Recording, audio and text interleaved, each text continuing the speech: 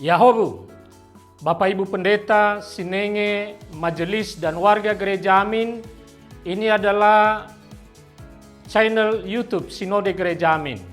Karena itu, bagi yang mencintai Gereja Amin, tontonlah, subscribe, like, dan bagikan. Gereja Amin yang tangguh, mandiri, dan peduli. Tuhan Yesus memberkati.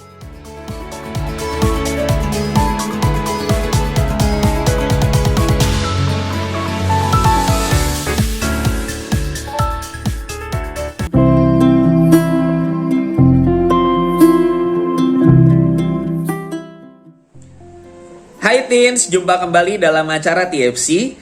Kali ini kita akan menyimak tulisan dari Pendeta Peter Abednego dalam buku Renungan Teens for Christ dengan judul Panggilan untuk Memberitakan Injil yang didasarkan dari Roma 10 ayat yang pertama hingga ke yang 15. Tentunya hari ini bersama saya Kak Christian Samuel, mahasiswa STT Jakarta yang akan membawakan renungan kepada teman-teman semua. Sebelum itu, mari kita bersatu di dalam doa. Mari kita berdoa.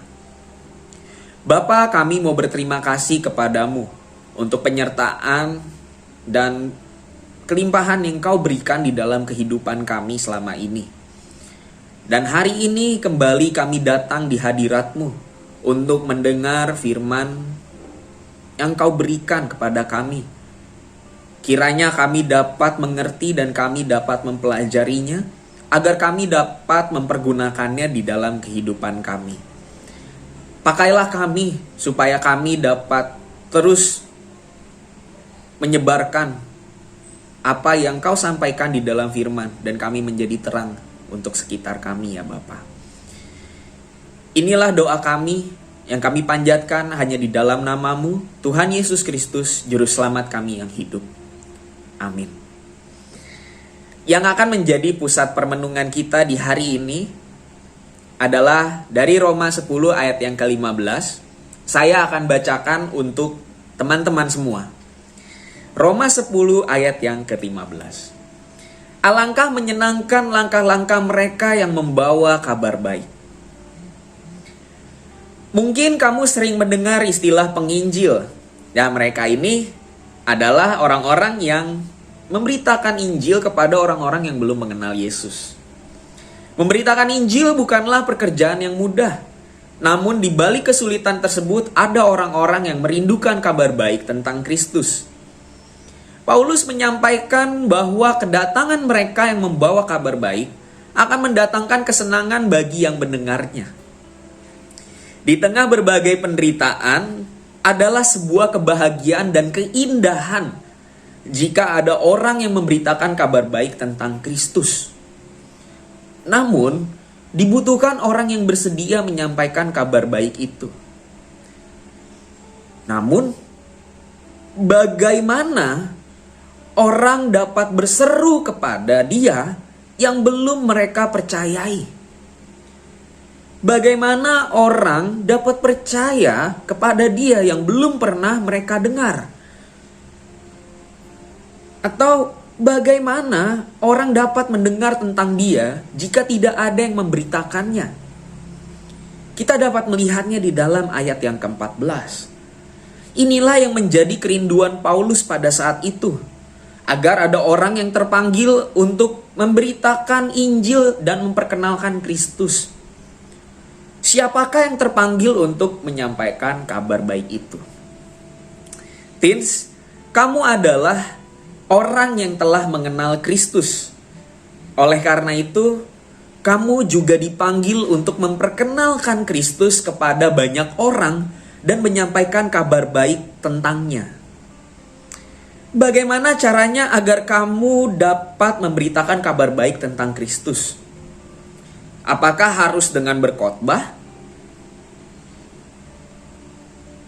Atau kepada siapa kabar baik harus diberitakan? Apakah kamu harus menyampaikannya kepada orang yang berbeda agama?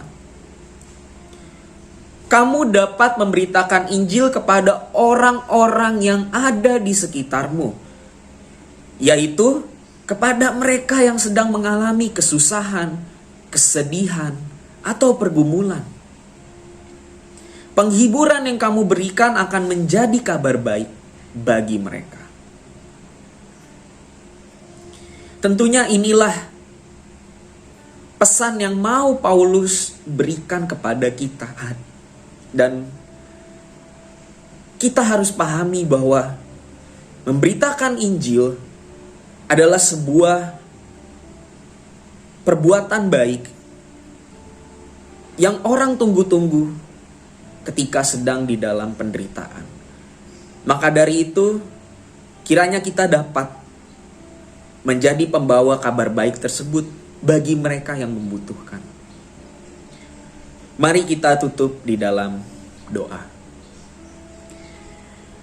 Bapa, terima kasih untuk firman yang Kau sudah berikan, sehingga kami dapat melihat dan kami dapat belajar kembali bagaimana ada banyak begitu tantangan dalam memberitakan Injil.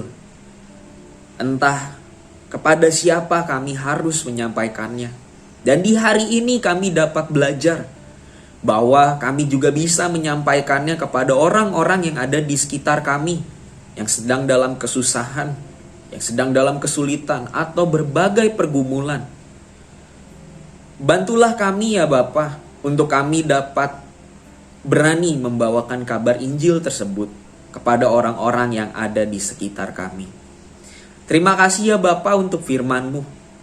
Kiranya kami dapat terus belajar dan kami dapat mempergunakannya di dalam kehidupan kami hari lepas hari.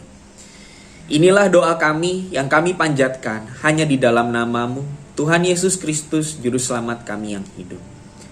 Amin. Demikianlah renungan kita hari ini. Jangan lupa subscribe, like, komen, dan bagikan kepada yang lain. Tuhan Yesus memberkati kita semua. Amin.